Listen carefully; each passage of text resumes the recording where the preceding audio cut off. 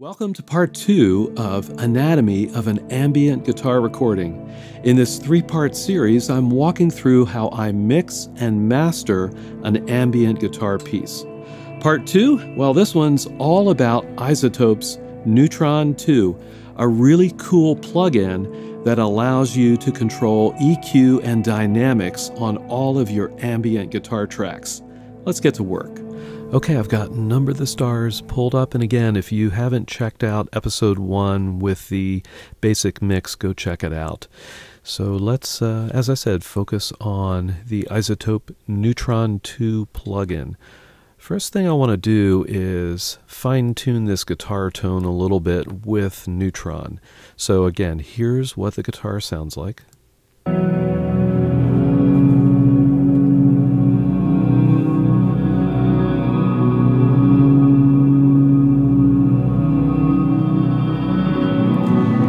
You know, it's a great sound. However, I can get it a little more fine-tuned by using Neutron and using the track assistant to get initial settings for equalizer, compressor, etc. So let's go ahead and do that. Let me pull the track assistant up. The first thing you'll see is that we can have Neutron determine what kind of instrument we have. I'm going to let it auto-detect. And then we've got a style, balanced, warm, or up front. So for this one, I think I'll check off warm. And then we have the intensity of the effects, low, medium, and high. I generally like medium. So I'm going to click on next, and now Neutron is waiting for me to play some audio so it can automatically analyze what's going on.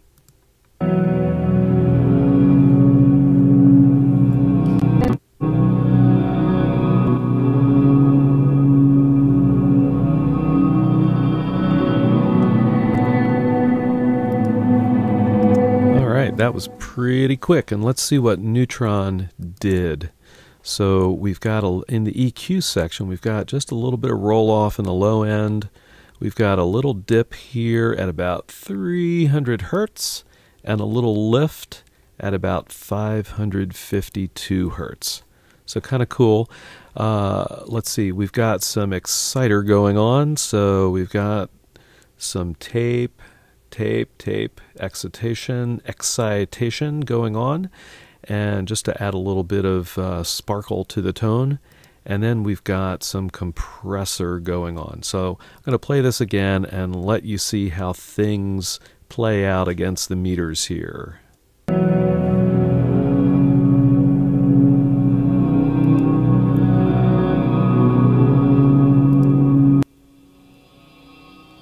So there's our exciter high end.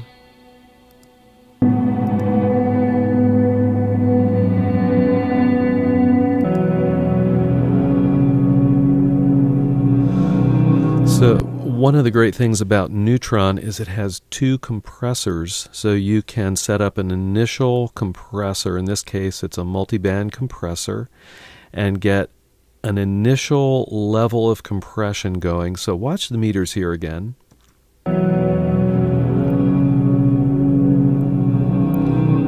So in the higher end, we're reducing the gain by about -4, maybe up to -6 in the lower band.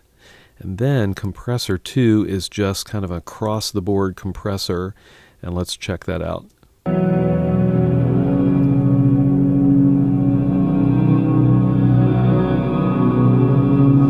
So you can see on top of the initial compression, we're just adding in a more gentle, about 3 dB or so across the board. And I like that. I'm going to leave that as it is.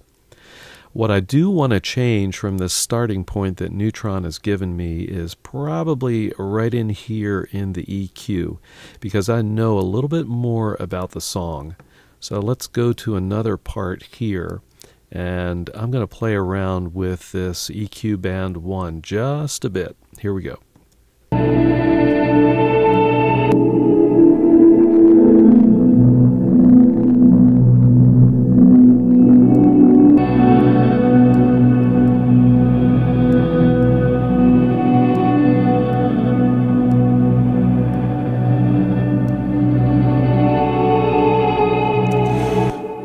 Okay, I knew it was still going to be a little muddy sounding because of some of the other passages in the song. So what I did was reduce the level here at 268, sorry, I had to look at that, 268 hertz, and I widened the Q to make the area in the tonal range that's affected by this EQ band a little bit larger.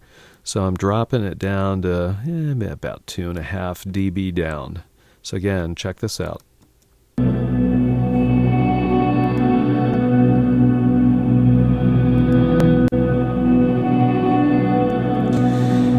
The other thing I want to do just a bit is lift up the high end just a scooch. So I'm going to add a high shelf, and I'm going to pull this up just a bit, maybe about 3 dB.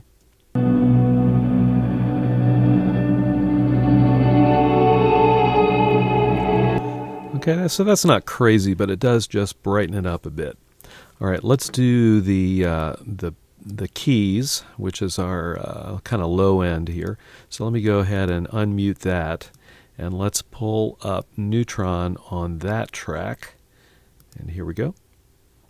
And let's go ahead and do the same thing with the track assistant.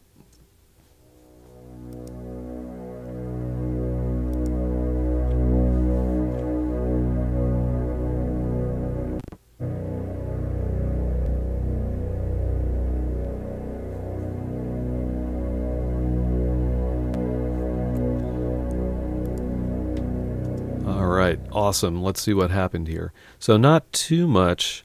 We have a dynamic EQ going on, which is really cool at about 300 hertz. So for those of you who aren't familiar with dynamic EQ, it's kind of like a multiband compressor, but it allows you to pinpoint specific frequencies in the range. And the louder the sound is, you can set a threshold, so it will dynamically pull down the gain if that particular tonal range gets too loud.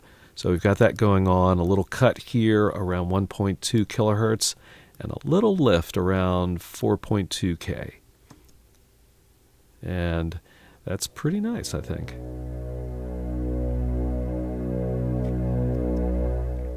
All right, so let's listen to both of them together. Here we go. Back here.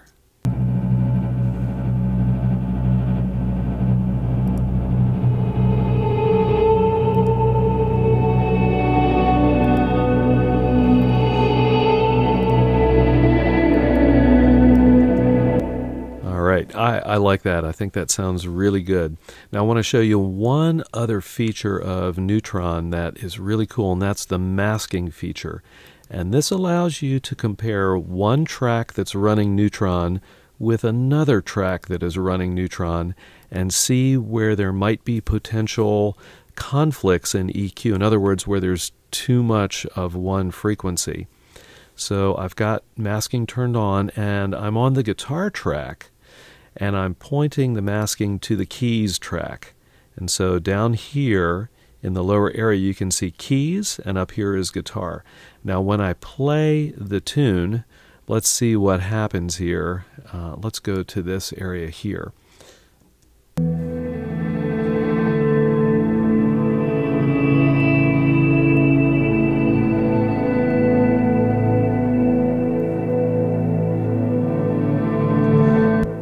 Okay, so the shaded areas that you see represent areas where there is overlap in frequency.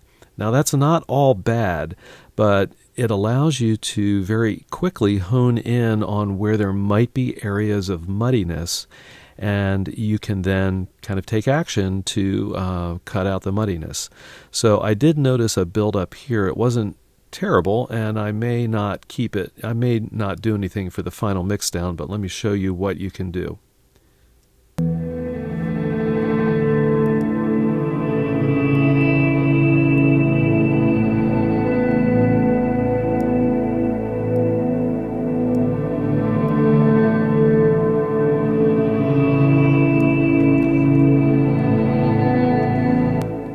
All right, isn't that cool? So I actually changed the EQ on the keys track where I could see a little bit of a build-up, and I knew I wanted to knock out just a little bit at this particular frequency.